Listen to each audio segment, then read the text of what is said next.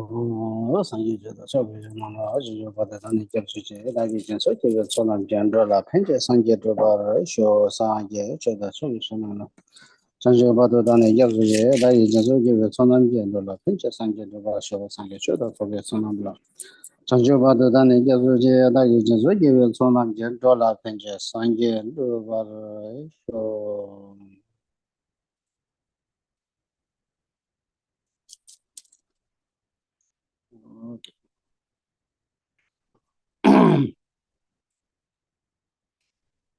Yeah, now we carry on with the last time discussion.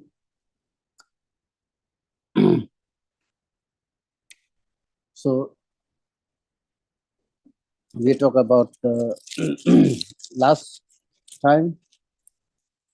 We talk about the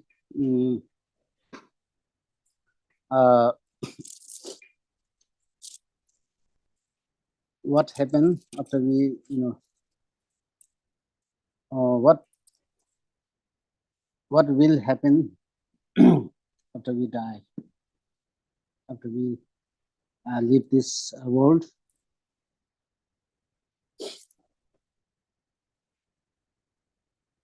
So it is not something that we disappear or we vanish in a thin air.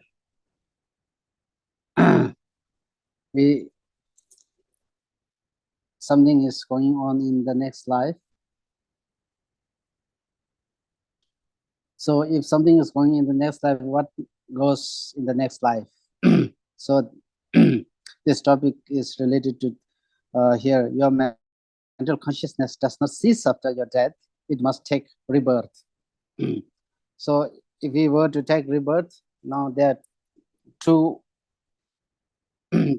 paths. There are two directions.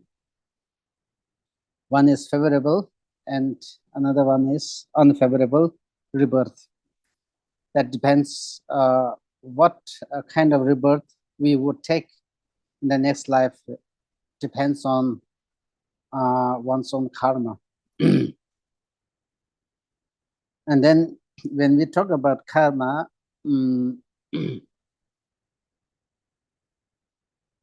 so in fact, at the point of death, it is the motivation at the point of death that that becomes something important. Just we have some kind of seat, the seat to take either the favorable rebirth or unfavorable rebirth within our mental consciousness. There are different kinds of seat. The seat, the favorable, the seat of favorable rebirth, the seat of unfavorable rebirth. So whether that seat should transform into the positive rebirth, or whether that seat transform into the unfavorable rebirth depends on the motivation at the time of the death. So therefore, we make sure that no kind of negative thoughts is cultivated at the point of the death. Because once the negative thoughts, like for example, like anger, hatred, the attachment, all these determines all these negative thoughts helps to activate the seed, the negative karma, the seed of negative karma. These thoughts activate the seed of the negative karma. Then then in the next life we take the birth in the unfavorable rebirth. Yet on the other hand, if we cultivate the positive thought at the point of the death, then it helps to activate the positive karma. That means the karma to take the favorable rebirth in the next life.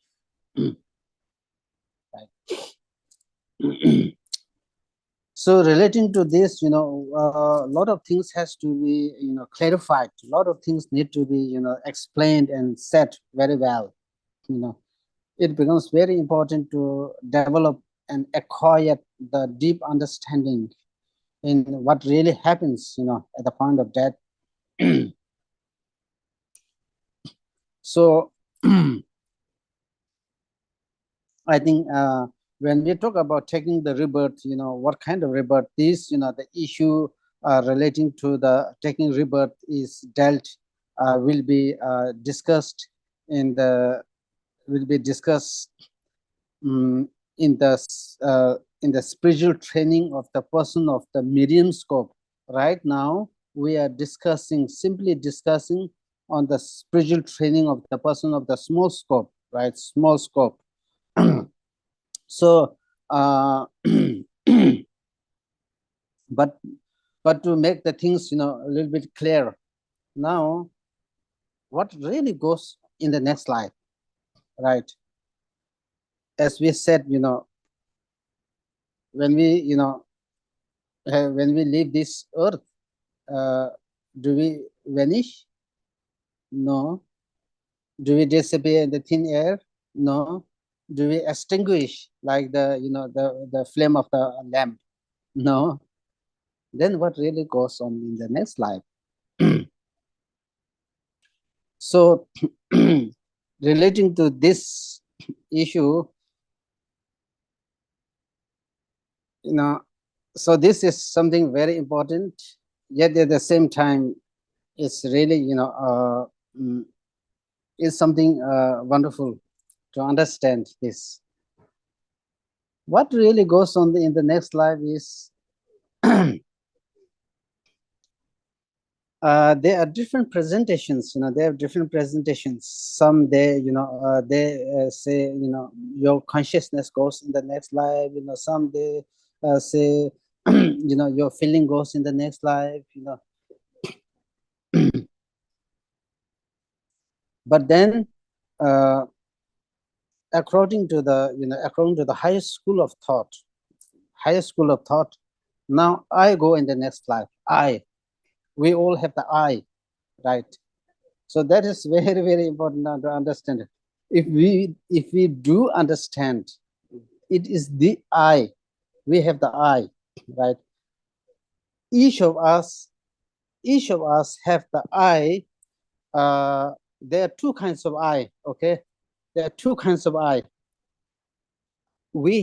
I, which is the I of this life.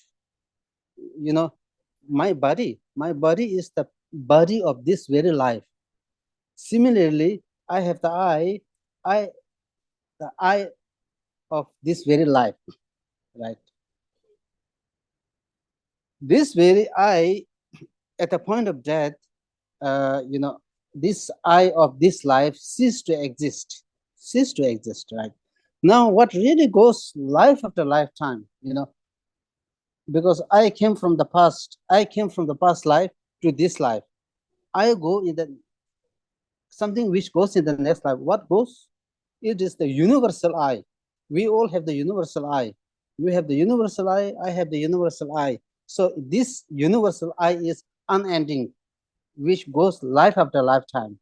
Whether you achieve the Buddhahood or whether we, take the rebirth in the lower limb, whether we take the rebirth in the favorable rebirth, it is the I, because I is the one who achieved the highest form of enlightenment, or I is the one which, which experienced the karma, So it is the I, we better say universal I. Universal I goes life after lifetime. Now, what really happens, if we understand this? If we do understand this, it is nothing but we are delighting the we are making the offering to Master Tsongkhapa by understanding this. So this is a final analysis of the Master Tsongkhapa, that it is the I, he says, which goes life after lifetime, right? So we are not doing nothing. If you understand this, we are simply making a tremendous amount of offering to Master Tsongkhapa. right? In this way, we are creating a tremendous amount of merit just by understanding this. It is the I which goes life after lifetime, right? So this one, and then, then all the karmic imprints, now, for example, we talk about, the storage of the karmic imprints, for example, if I do the, good action, some positive karmic, imprints are being stored, you know, or when we do some negative, karmic imprints, it is also being stored, the storage. So the storage of the karma should be very stable, very stable. Our body is not as stable because when we die, the body get cremated, right?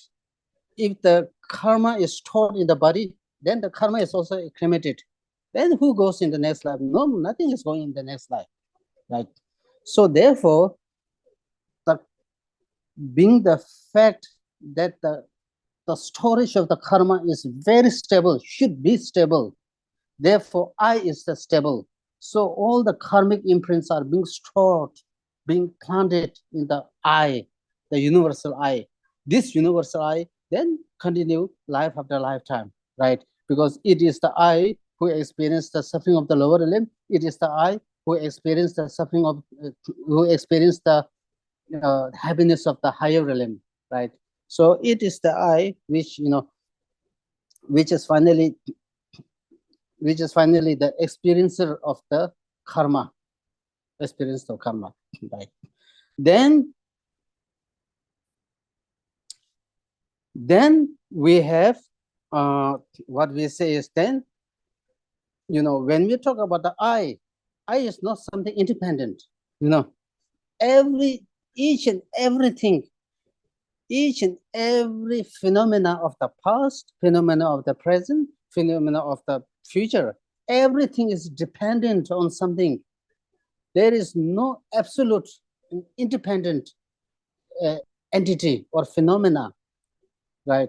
So therefore, I, the so-called I, is also dependent on something. I cannot exist without depending on many conditions, right? Many conditions. So many conditions. So it is the I which is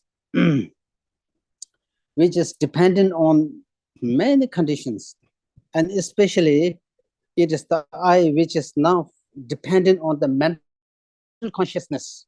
I say not only the mental consciousness, the continuum of mental consciousness, the continuity of the mental consciousness, right? So therefore, I, universal I, and the mental consciousness, they're closely related. They cannot exist, without, by separating each other. Mental consciousness is dependent on the I, this universal I is dependent on the continuum of mental consciousness. So they are closely related, they are, connected. They are interconnected, universal I and the mental continuum of mental consciousness. So again, just as I, I, the I takes the rebirth, I moves on life after lifetime. The same mental consciousness also moves on after lifetime. So it is the mental consciousness which continues from the beginningless lifetime, right? Beginningless lifetime. So therefore, in this way, we establish, we prove the existence of the beginninglessness of the one's lifetime. In this way, we also prove all the beings as having been one's mother, beginningless lifetime.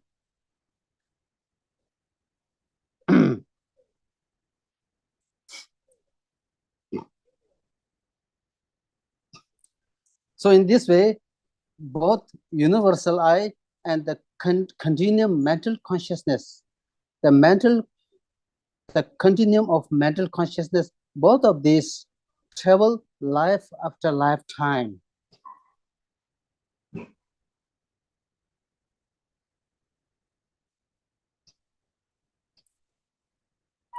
relating to this, there's one practice, but that relates to the highest Yogatandra.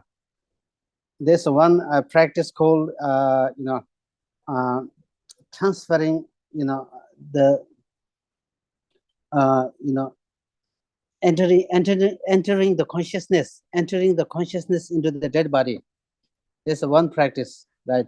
So in this practice, for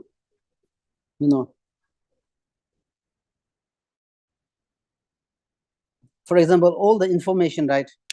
I have certain amount of information being in my mind, right?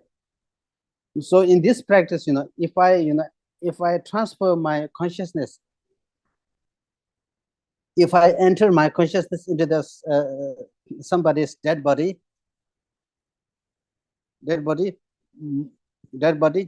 all the information that a certain amount of information that I have is also transferred to the another person, right? That clearly shows that all the imprints, all the positive imprints, the imprints of the positive action or negative action is being stored in the mental consciousness or the I, universal I, right? So in this way, Buddhists establish, I mean, we could say, whether we could say Buddhist or not, but that's the reality. But that's the ultimate reality, So all the imprints are being stored in a continuum of mental consciousness and the I, right? So in this way, the next life is proved, right?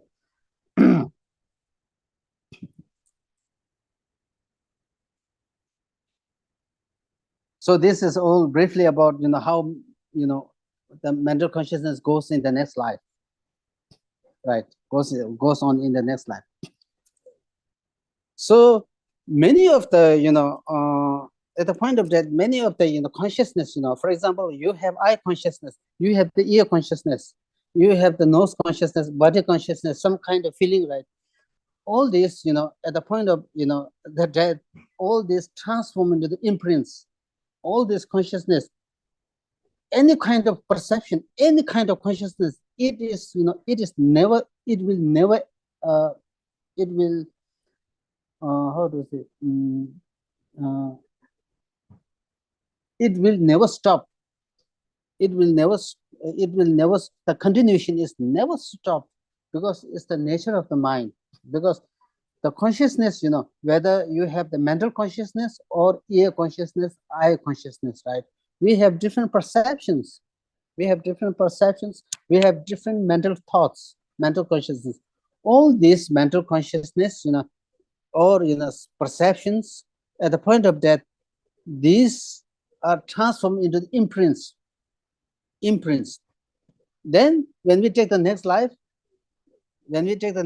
these imprints are again transformed back into the consciousness, right? So this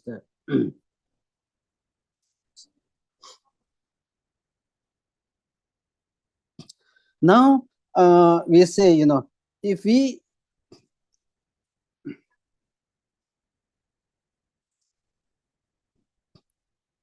now it says, if we take, there are two kinds of birth, favorable birth and unfavorable birth. We have to take either of these after we die. We have to take either the favorable rebirth or unfavorable rebirth. There's no third choice. Only the two choice is being given.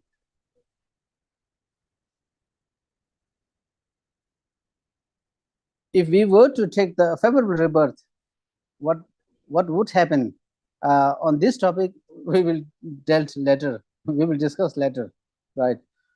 Then, on the other hand, if we were to take a rebirth in the unfavorable existence, like hell, hungry ghost, animal, then what would happen, right? What would happen? And before these things happen,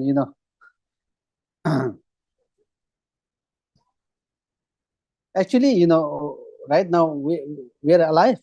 We're alive, But however, if this happens, if this, rebirth happens right tomorrow, then what would happen, right? So the question is, it talks about, some, the meditation on the suffering of the lower limb.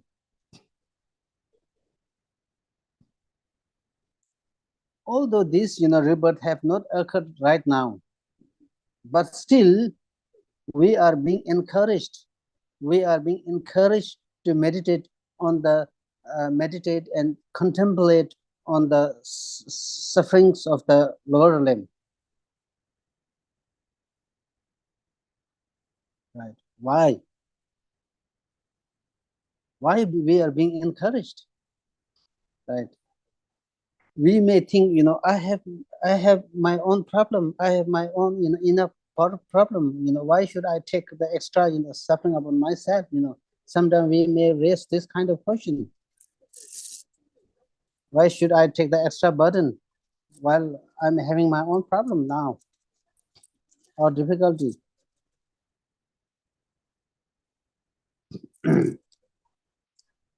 So here, it is not, encouraged. I mean, it is not that, we should not have the understanding that, when we talk about meditating on the suffering of the lower limb, it is not about taking the suffering of on ourselves.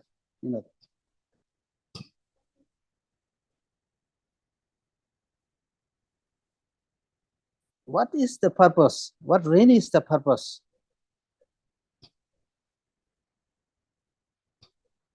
So therefore, it is very important to understand. It is very important to understand all these things. For example, when we take the refuge, we all take the refuge. What is the two factors? What are the two factors? What are the two factors which is necessary on our part as a condition to take the refuge? So right from the beginning, when we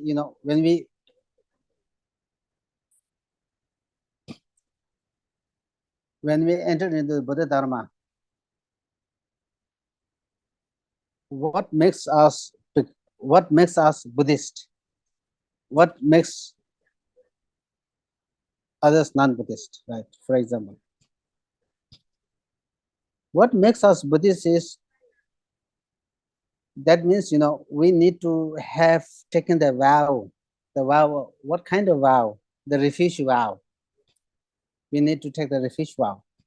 When we talk about taking the refuge vow, which involves the two factors, that is fear and faith, fear and devotion.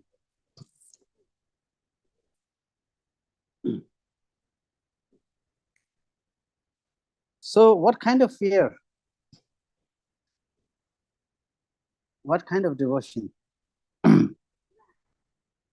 So then the fear here refers to a kind of, fear, the fear of the suffering of the lower limb and the fear of the suffering of the samsara. The fear of the suffering of samsara and the fear of the sufferings of the lower limb.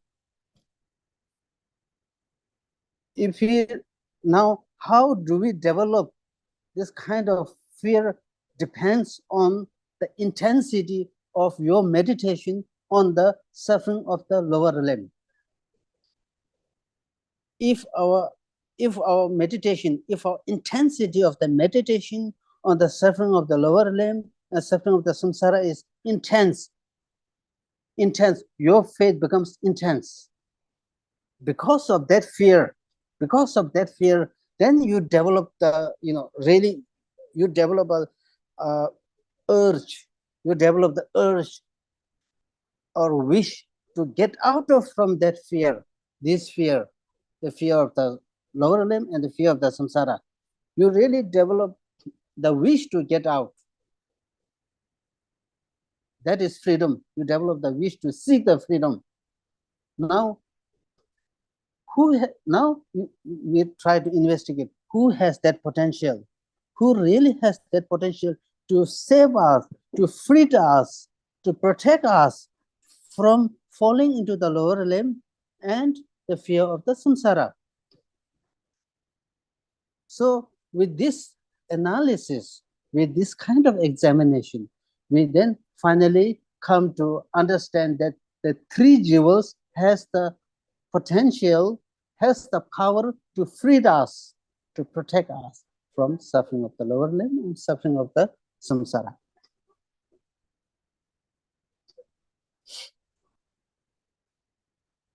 Why the Buddha, the Dharma jewel, the Sangha jewel has all the power to protect us, free us? Then we say Buddha has the potential, Buddha has the power, Buddha has all the qualities. We better use the word quality. Buddha has all the quality to protect us, right? Because in this respect, Buddha has four qualities. Buddha is freed from the fears.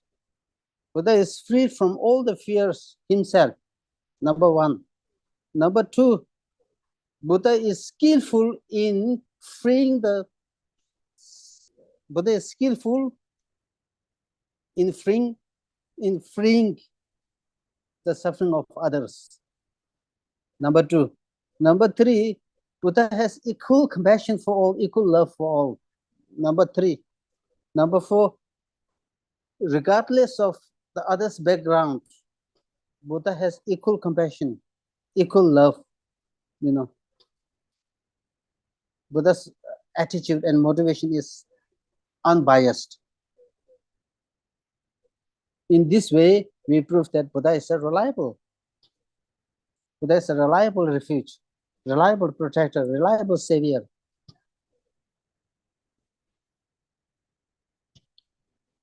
Having said that,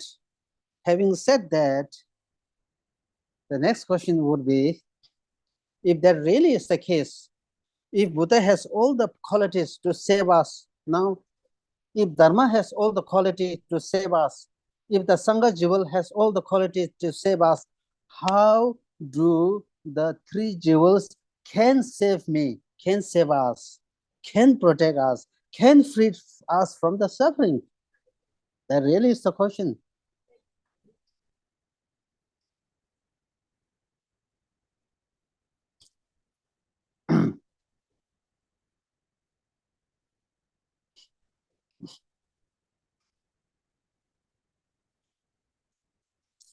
Buddha Shakyamuni can protect us? Yes. Buddha Amitabha can protect us? Yes. Avalokiteshvara, Kuan Yin can protect us? Yes. Tara can protect us? Yes. But in what ways they can protect us? That is important to understand. How do they protect us?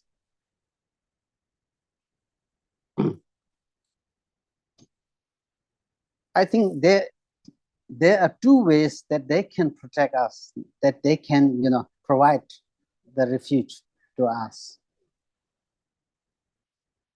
One is temporary benefit. One is ultimate. Now, in the temporary benefit, right? For example, if we have some kind of sickness, if we have some kind of things like financial, the financial in need of financial support,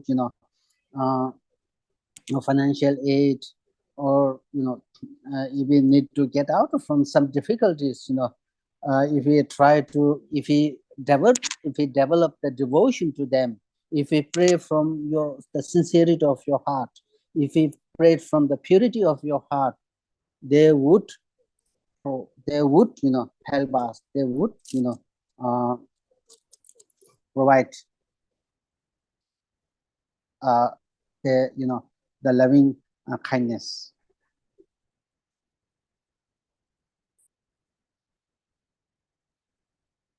But that is the temporary, not the not the, the long lasting, ultimate. What?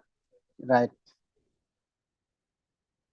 And what really is, what really is the, the thing that we need?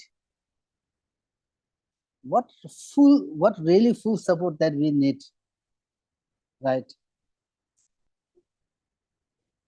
We seek the long lasting and everlasting happiness. We seek the long lasting and everlasting happiness. We can't expect that, some kind of Buddha, come here and just, transfer his inner qualities to directly onto you. No, there's no such thing. Of course, when, the holy, the beings, holy beings or enlightened beings, when they can put some water and they can, touch your head, receive blessing, definitely yes. There's no question, there's no dispute on that. It would work. But that is not, by, but here, in order to eliminate, in order to remove and eliminate the kind of the, the we call, the ignorance, the grasping, the ignorance, the grasping, which is the cause for all the suffering. We need to remove this. We need to eliminate this, right? So we need to eliminate this. So how on their part can they help us to remove this, right? So now in this respect, we say Buddha is a reliable teacher.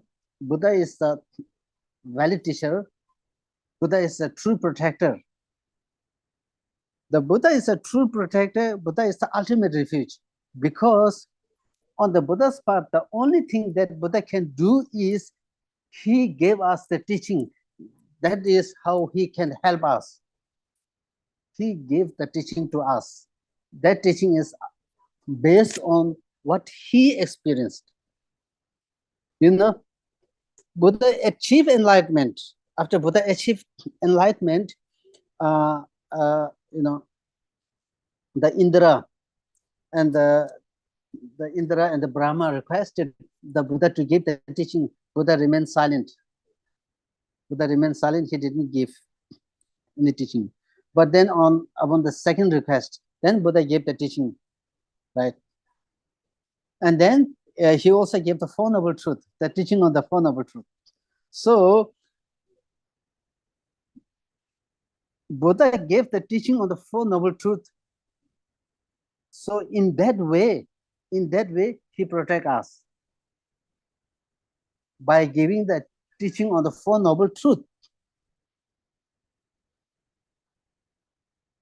Buddha is the ultimate protector because Buddha teaches us what he experienced himself. So based on his own experience, he shows us the path. He shows the path. This is the path that I found. So this is what I'm teaching you. So in that way, Buddha is a protector, real protector, right? Now, for example, take the example, right? Take the example. Many great masters have produced from the past. The many great masters have produced in your country, also in, for example, in many other, Buddhist dominated countries, for example, even in Tibet, many great masters have produced. What they can do on their part is to share their knowledge, to share their experience to us. So this is how they can protect us. They can help us to enter into the right path, right? So this is how the Buddha Jewel can protect us, by giving the unmistaken and valid teaching and ultimate truth.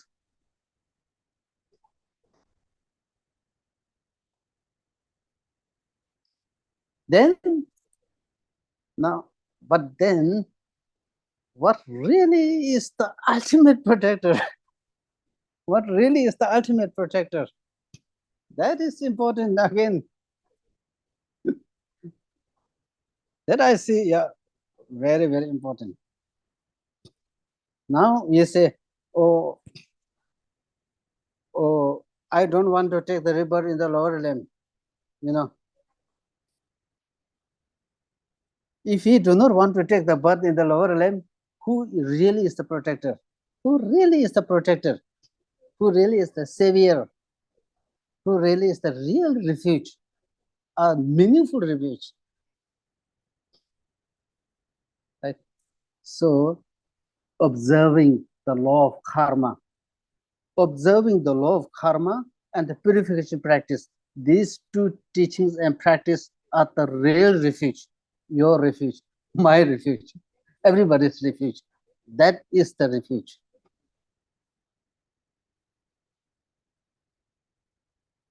That is the refuge. Then even if you try to push, somebody try to push you into lower, no, you don't go. There's no reason to go. Because you have cultivated within your mind. We have cultivated within our mind the confidence, the conviction that I will not go into the lower level because I observe, I got, I devoted my practice in the law of karma, refraining from all the non-virtuous actions and keeping all the vows intact. Right. So this one.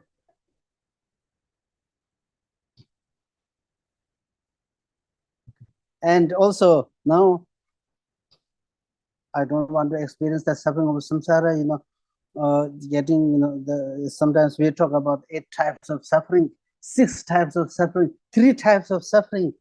There are different forms of suffering and pain. I don't want to experience. I want to get out of from all this. We all want to get out of from all this. Now, what really is the refuge? What really help us? What really is the real protector from all these, difficulties, the suffering and pain?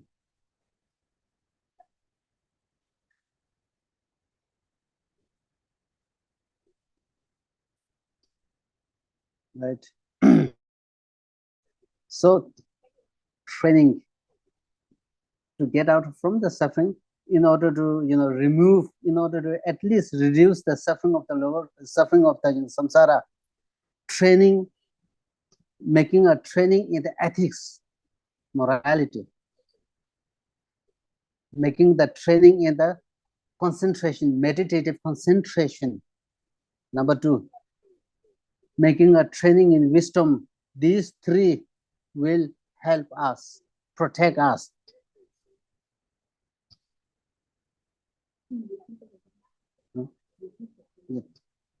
Making a training in ethics or morality, right? Ethics. Ethics, that means refraining from non-virtuous actions.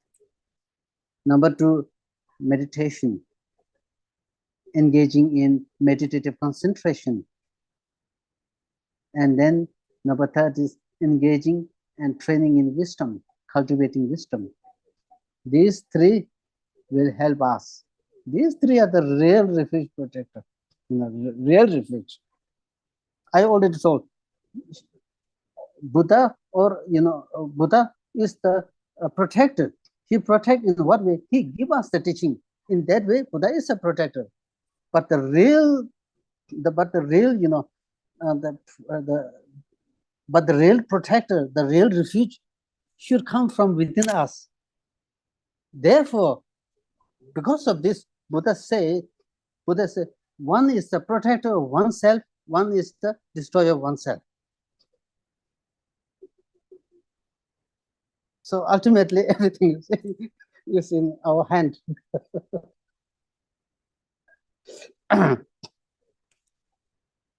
So finally, it is the Buddha is the teacher who gives the teaching. So that is the Buddha jewel, right? Dharma jewel. What is the Dharma jewel? What really is it is the Buddha gives the teaching on the 4 noble truths. Four Noble Truths. We study, we reflect, we contemplate on the Four Noble Truths, and then we cultivated the Four Noble Truths within us. Now we cultivated the cessation quality. Cessation quality. That means cessation quality is the complete removal of pain and suffering. When we achieve this quality, the cessation quality, which is the complete removal of pain and suffering, that cessation quality now is the ultimate refuge. That will save us. Now, once we cultivate it, from then onwards, we don't have to go through any pain, suffering any longer, because you become the protector. You have achieved and obtained this precious quality within us. Now, other people take the refuge within us because we have the cessation quality. Then Dharma Jival, right? So in that way, Buddha can protect us. Dharma can really protect us in the ultimate sense. Now, what about Dharma Jival? Sorry, what about the Sangha Jival? We may say, who is Sangha Jival, right? Of course, when generally speaking, when four monks, especially fully ordained monks, when the fully ordained monks, four fully ordained monks, then we call Sangha community. We call Sangha community, right? And then the gathering of more than four, the gathering of many, Sangha members, then we call Sangha community. But here, when we say it's a Sangha, therefore it says, until I'm enlightened, I go for refuge to the Buddha, Dharma, and Sangha, right? So this Sangha community or Sangha Jival is the highest. I say Buddha Jival, Dharma Jival, Sangha Jival. The Sangha Jival that we refer here, that we are talking about is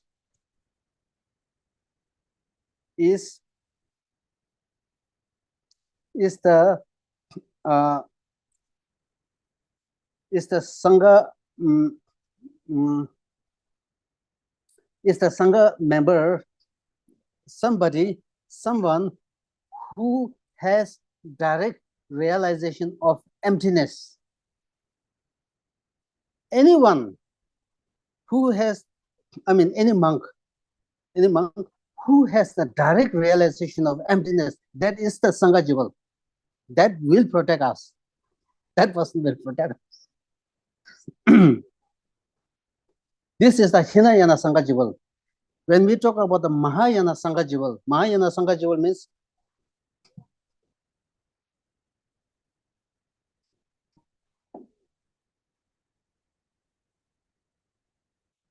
a fully ordained monk who has the bodhicitta, bodhitham, and also the wisdom, direct realization of wisdom. If that person has these two qualities, that is the Mahayana Sangha Jival. That person now can help us. How can he help us? Based on his own experience, he will then teach us. Because when we go through the spiritual training, when we go through the spiritual journey, we need somebody to encourage us, to inspire us. And who is that? Who could be that? That is you, Sangha Jival. Those Sangha members who have the direct realization of emptiness and bodhidharma in the mind. That is the real Sangha Jival. Mahayana Sangha Jival.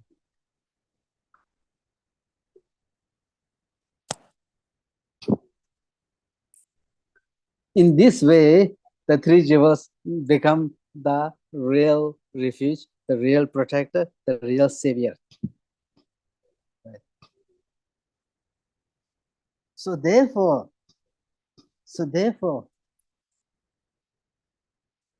until I'm enlightened, I go for refuge to the Buddha, Dharma, and Sangha. Right? What does that mean?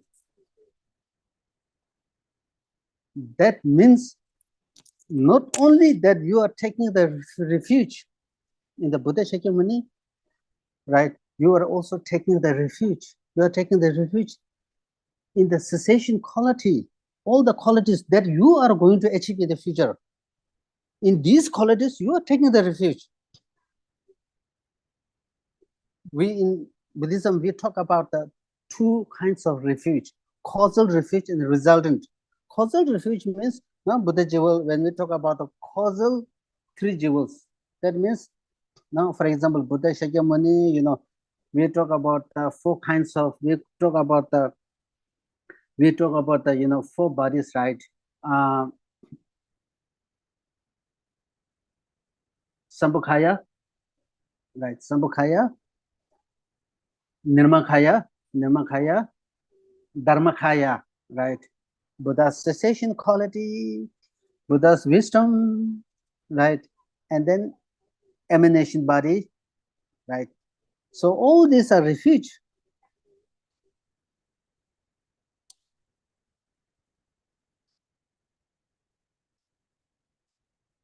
All these four bodies can be the refuge, your refuge.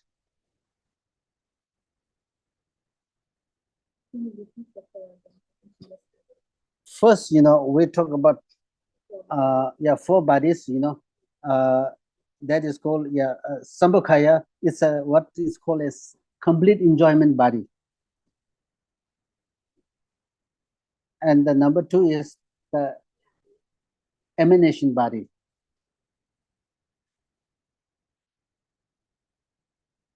Number three is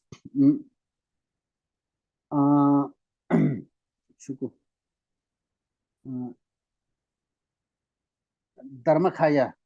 I think there are, in the Dharmakaya, there are two kinds, two kinds. One is the wisdom, and one is the cessation quality. But the cessation quality means the complete removal of suffering and pain and grasping. So that is the cessation quality. So we have four, right? So this is, causal, causal Buddha jewel. And then we have the Buddha jewel and Dharma jewel. Causal Dharma jewel means all the cessation qualities, right? Buddha has all the cessation qualities. That means cessation quality, I refer, is the complete removal of suffering, the complete removal of suffering, the cessation of the suffering and grasping all the defilements from the imprints. That is the real, causal Dharma jewel. Dharma jewel. Sangha jewel means now the Sangha, those who have the direct realization of emptiness and cessation quality. So these are the Sangha jewel. Causal Sangha jewel. So this is these three jewels are, three jewels are other than you,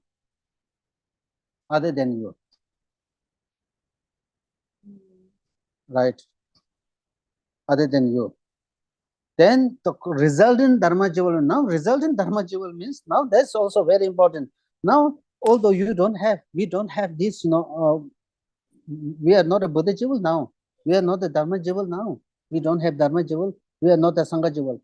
Now, through practice, we do some practice. When we practice, we do practice, you become Buddha. That is your resultant Dharma, Buddha jewel. And then through practice, you cultivate the cessation quality. You cultivate the cessation quality.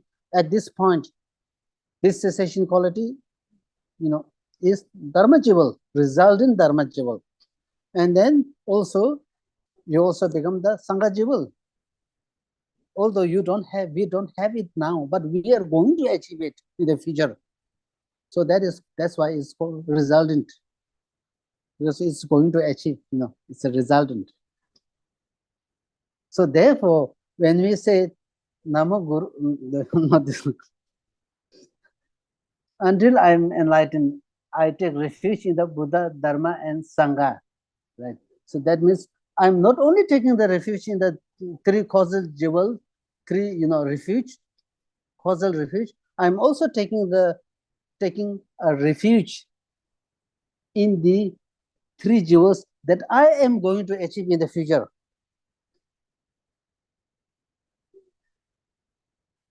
And then if you do like this becomes such a powerful, refuge. Even if you do take refuge, even if you want to take a single refuge, just this paragraph, this passage, that passage becomes something very, powerful practice.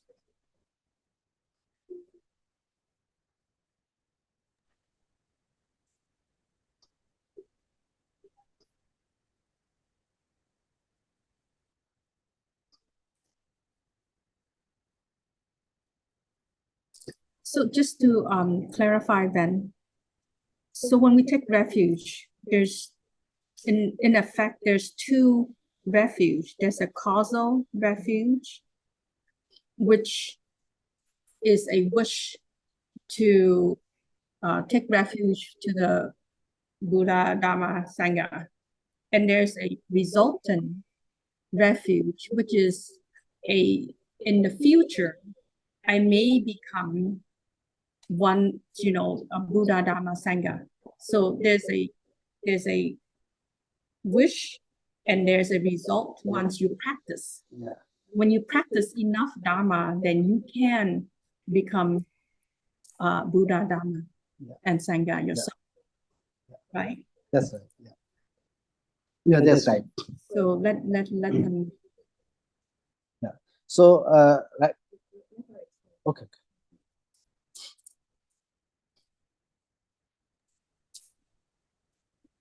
So go ahead. No. So right now we don't Right now we don't have these qualities, but we have the seed. It has yet to blossom. It is yet to. We need to germinate. We need to germinate. We need to germinate. We have all the seed. There's a powerful seed, but it is we need to germinate. Then through gradually, through constant effort like this, then through constant effort, then finally we are able to achieve. Now many of us, may wonder, is it possible? Is it possible to, bring an end? Is it possible to bring an end to all the, delusions, destructive emotions, negative emotions? It is possible.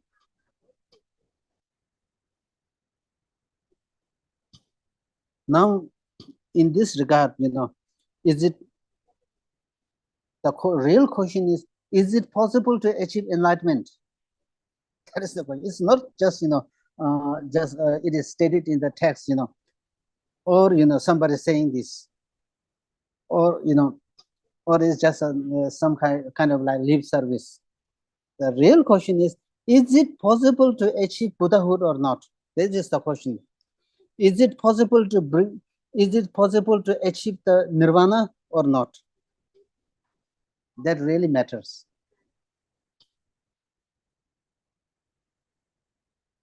Here, it is possible to achieve the Buddhahood. It is possible to achieve the Buddhahood. Why? Why it is possible to achieve the state of Buddhahood is because we can eliminate, we can remove the grasping and its imprints. Once we are able to remove the grasping and its most subtle imprints, we become Buddha. Now, the question is, how is it possible to remove the grasping and its imprints? How can we eliminate? How can we destroy? That is the question. Now, we said, it is possible to remove the grasping. I say ignorance, ignorance of self-grasping. grasping and its imprints, because the grasping and its imprints has the most powerful antidote. What kind of antidote? The antidote is the wisdom, the direct realization of emptiness. The wisdom of the direct realization of emptiness, supported with tremendous amount of merit, supported with bodhicitta, tremendous amount of merit. When this mind is developed, these grasping and imprints are totally destroyed.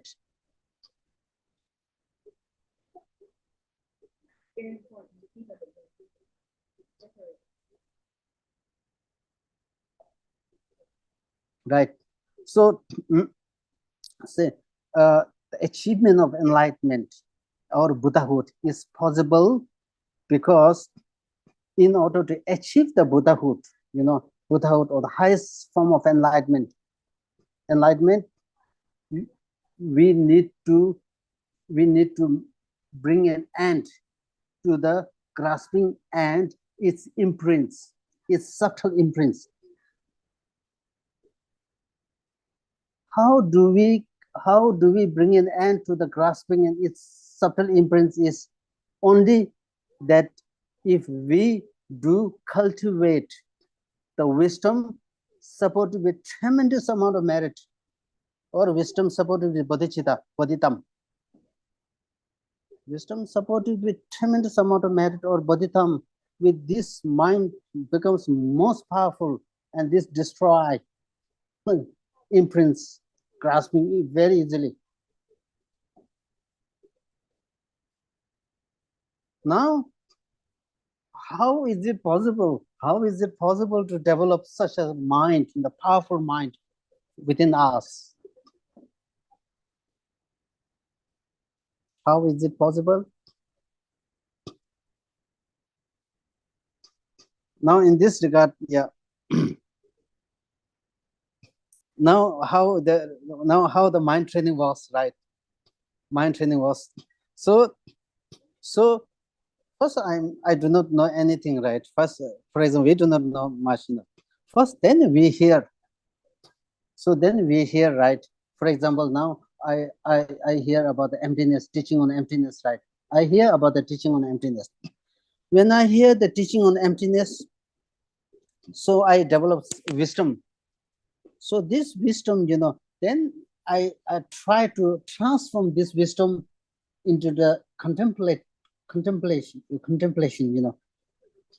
Now I contemplate that, the emptiness, the nature of the emptiness becomes more clearer, making more sense, more deeper sense. And then it became to, when you contemplate the meaning of emptiness, the more we contemplate, the more, your conviction in the emptiness grows stronger. In this way, your mind begins to change, transform. Our mind begins to transform gradually. Then this wisdom finally, transform into the direct experience of emptiness. Direct experience. You get the naked flavor of the emptiness. At this point, your mind totally transformed, begin to transform with the help of wisdom and bodhitam. And this mind then increase intensity, and then finally this mind destroy all the imprints of the delusions and grasping. So this is how we achieve Buddhahood. Right. So this is how we, what, this is just the important explanation on the ways of becoming Buddhahood. Now, what about nirvana? Is it possible for us to achieve nirvana? Again, the same reason applies. Because I have so many problems here, difficulties, Now I want to seek freedom. I really want to seek long-lasting happiness. which is permanent, which is permanent, which is not superficial, which is really deeply ingrained, long-lasting happiness. Right? We call moksha. Moksha. Once we achieve that state, no suffering, no pain, no negative emotion, joyful most of the time. But how to achieve this?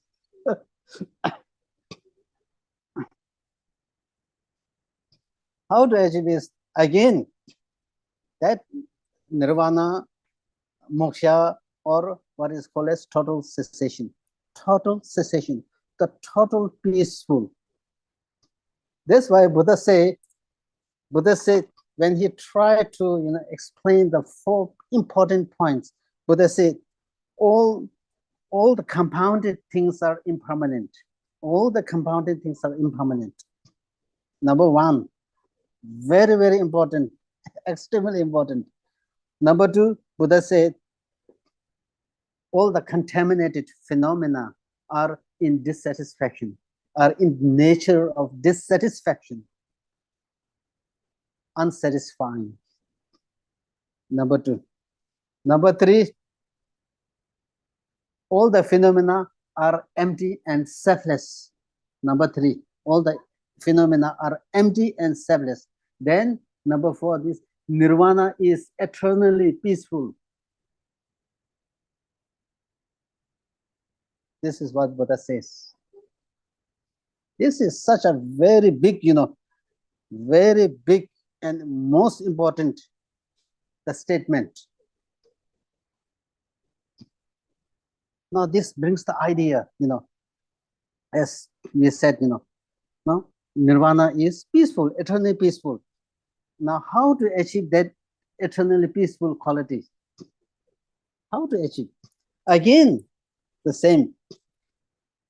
In order to achieve this, the question is, the real question is, can we make an end? Are we able to make an end to the grasping, self-grasping? I mean, actually, there are grasping at I and grasping at mind. There are 2 kinds of grasping. So the question is, are we able to bring an end to the grasping at I or grasping in mind? Both of these are the most subtle ignorance. The ignorance.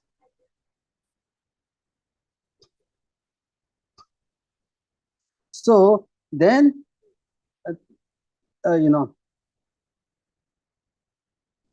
is it possible? Is it possible to bring an end to the grasping or ignorance? Yes. Again, yes. How? Again, now that is because grasping or ignorance, there is an antidote, powerful antidote. What kind of antidote? The antidote of wisdom. Again, wisdom comes. So therefore, wisdom is the heart of the Buddha's teaching. Wisdom is the essence of the Buddha's teaching, the entirety of the whole, whole of the Buddha's teaching. So, yes, there is a powerful antidote to the ignorance, grasping. That is the wisdom. What happened when the strength of wisdom reaches, ignorance comes down. The intensity of ignorance comes down, like a strong man hitting the weak person, right? And also when it works similarly outside, when the fire is very strong, I mean when the temperature, when the outside temperature is very high, the temperature is very high, just some water, just to cool the temperature, it won't help, right? Similarly, So in order to cool the temperature, in order to cool the hotness of the temperature, you need the cold, very powerful. The cold, the temperature, the intensity of the cold temperature should be very high, so that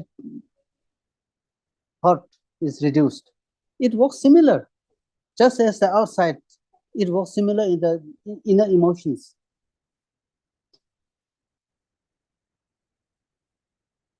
So therefore, the wisdom, we can cultivate wisdom, right? Because there's a powerful wisdom.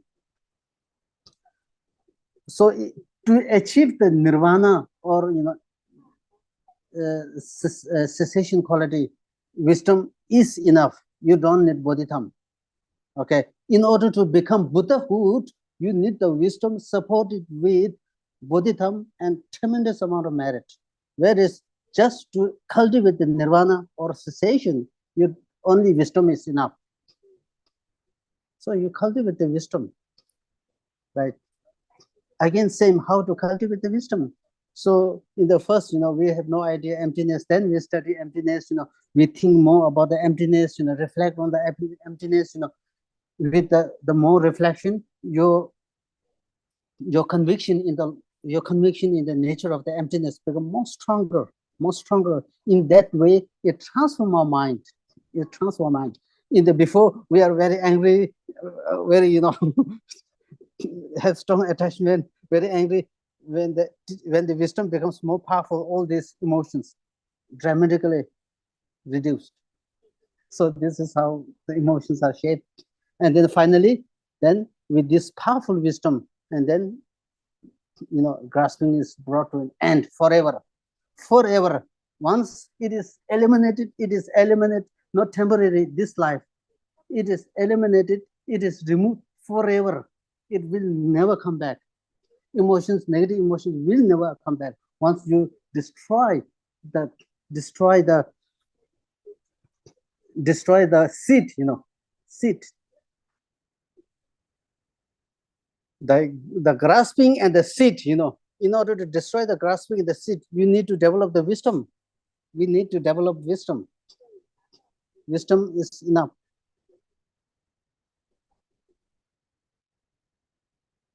Buddhahood, not only the seed, you also need to destroy the very subtle imprints, very strongly ingrained in your mind,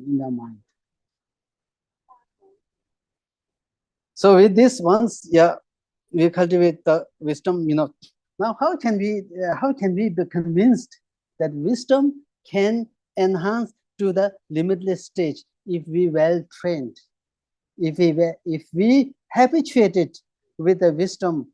How can we be convinced? How can we be sure that the wisdom can enhance to the limitless stage?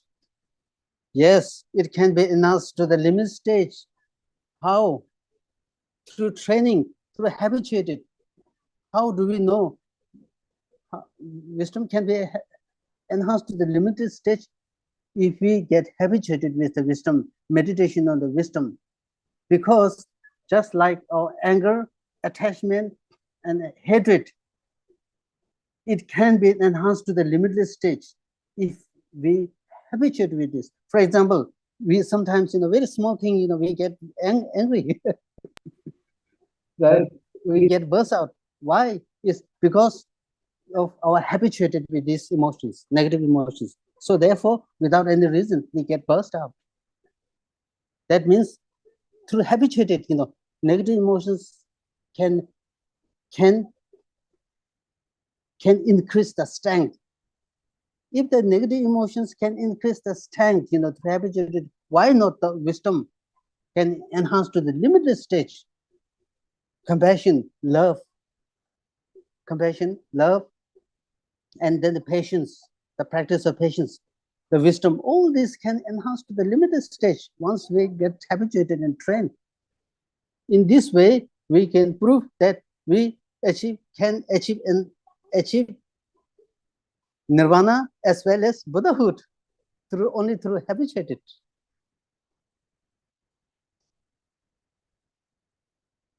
I think we then, yeah, I think better stop here now. Any question? Then welcome. Otherwise, Câu hỏi, đặt câu hỏi. better stop.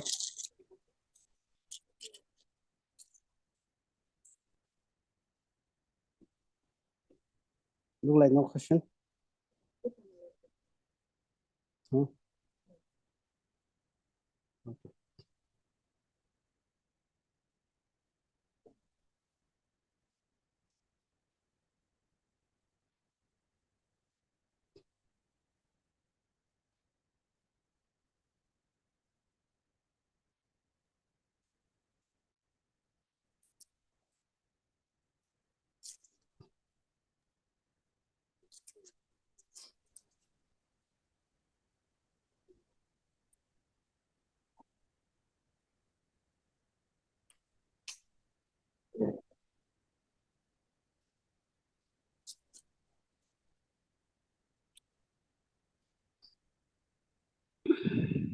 So then someone just want to say thank you to you for a very meaningful teaching today. The lesson is very meaningful.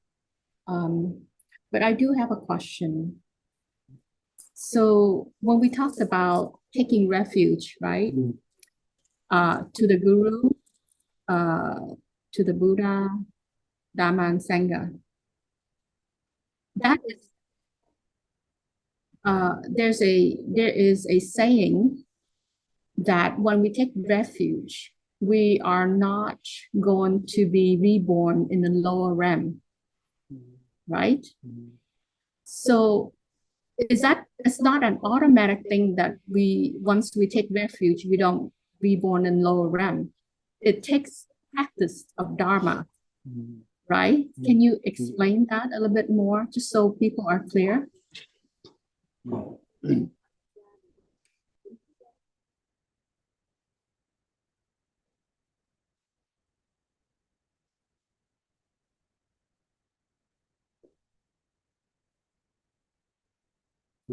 Okay. So, yeah, in the text, in the text, many of the authoritative text, reliable text, almost, yeah, many of the reliable text, it talks about, 8 benefits of taking the refuge, and in one of the, benefit, it mentions that if you take the refuge, you are not going to fall into the lower realm, right? So, yes, when we take the refuge, that means we need to have received the refuge vow, refuge vow. Once we achieve, or once we have achieved that vow in your mind, this vow will definitely, help us prevent from going into the lower realm, right? So this is one of the benefit. This is one of the powerful benefit that it prevent us from falling into the lower realm. However, having said that,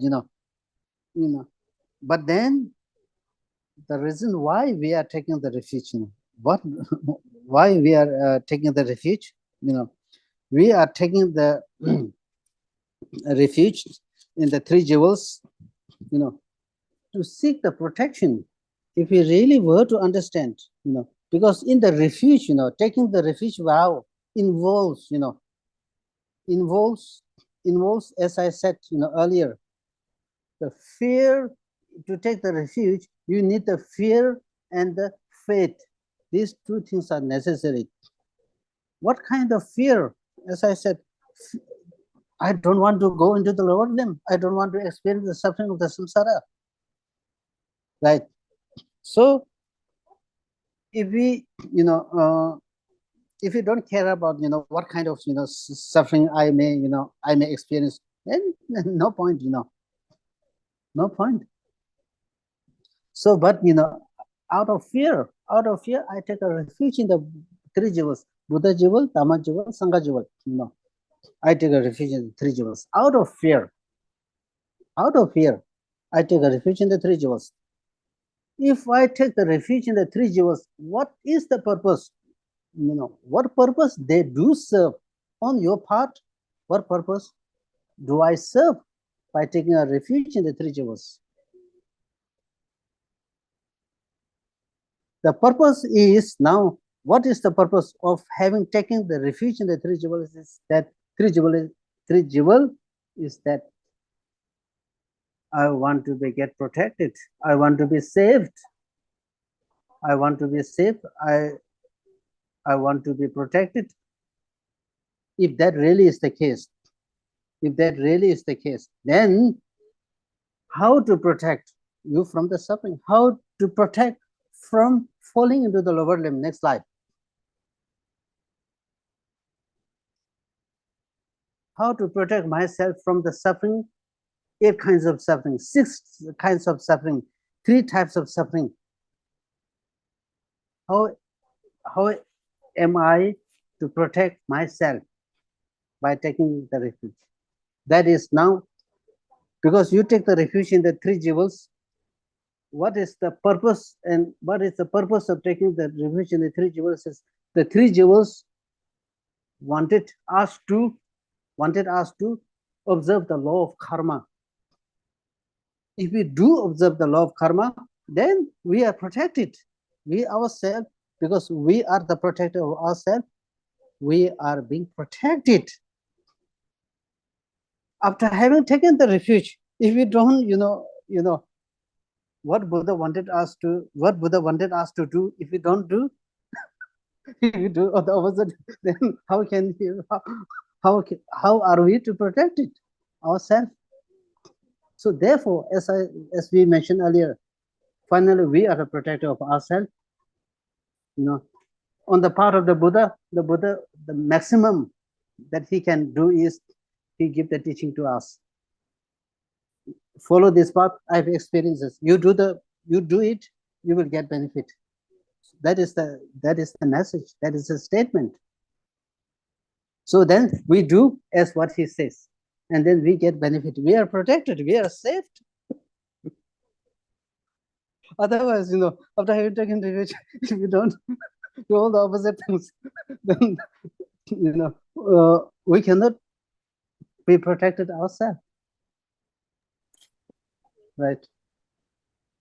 So another word, if you take refuge, but you don't practice Dharma, which is because of the fear of, in the lower realms, you take a vow to follow the precepts that you know about the cause and effect of karma, then understanding that is what prevents you from falling down to the 3 lower realms.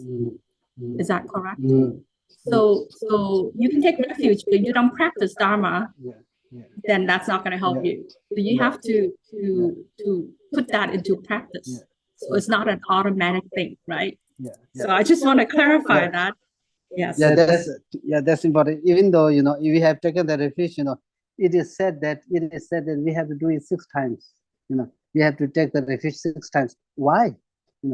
Because to remember that the precepts, the instructions, after having taken the refuge, we have some instructions and precepts to keep. What kind of the precepts involves? Observing the law of karma. The main thing is observing the law of karma, right?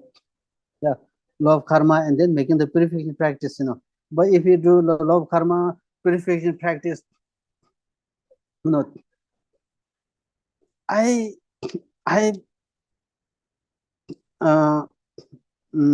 this is another important thing.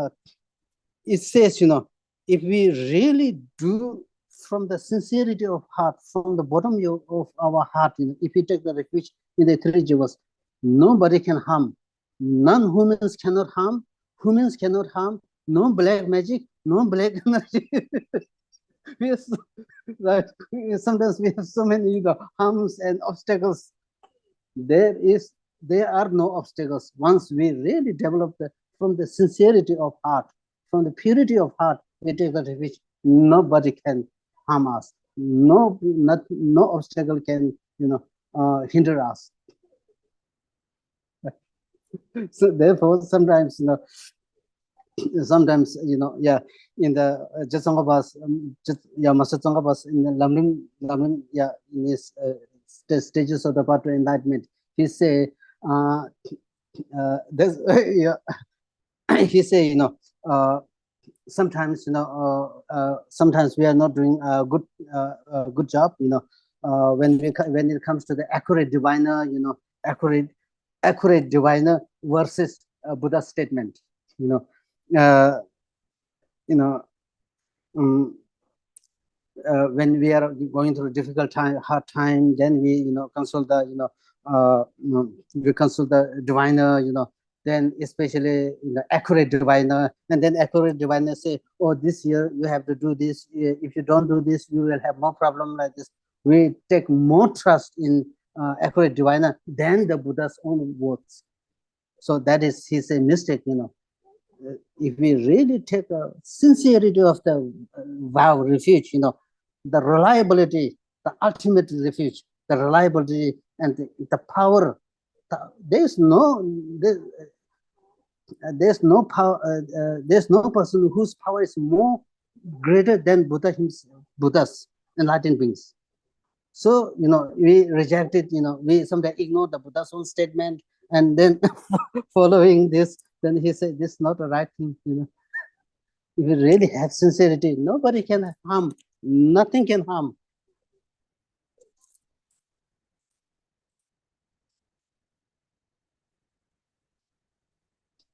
Yeah, the three jewels will take care of ourselves, really.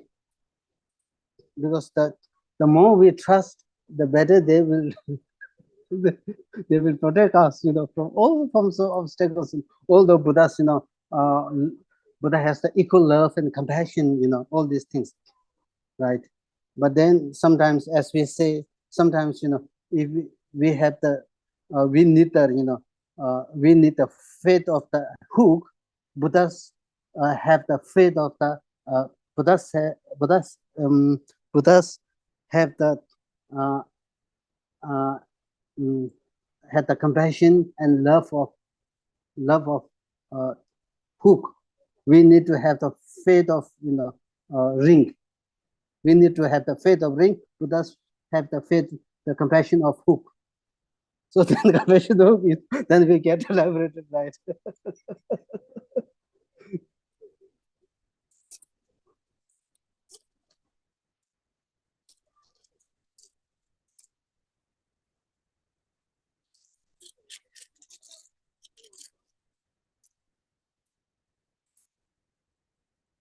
Thank you so much, Ren. It's very enlightening with your teaching today. So let's do the dedication.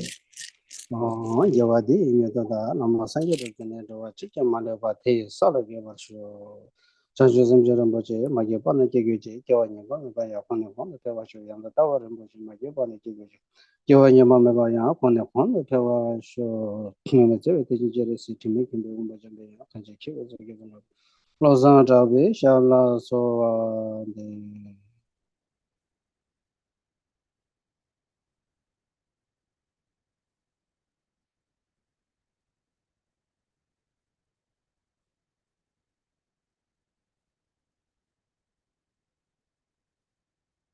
Okay, thank you. Thank you, everybody. Yeah, see you next time. So much.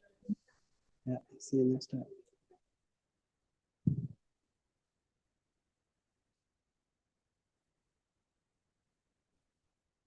Yeah.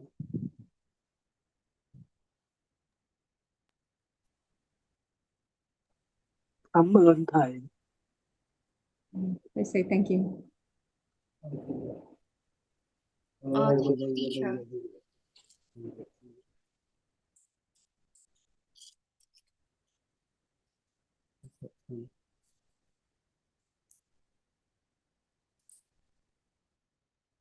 Okay, thank you, everybody. See you next time.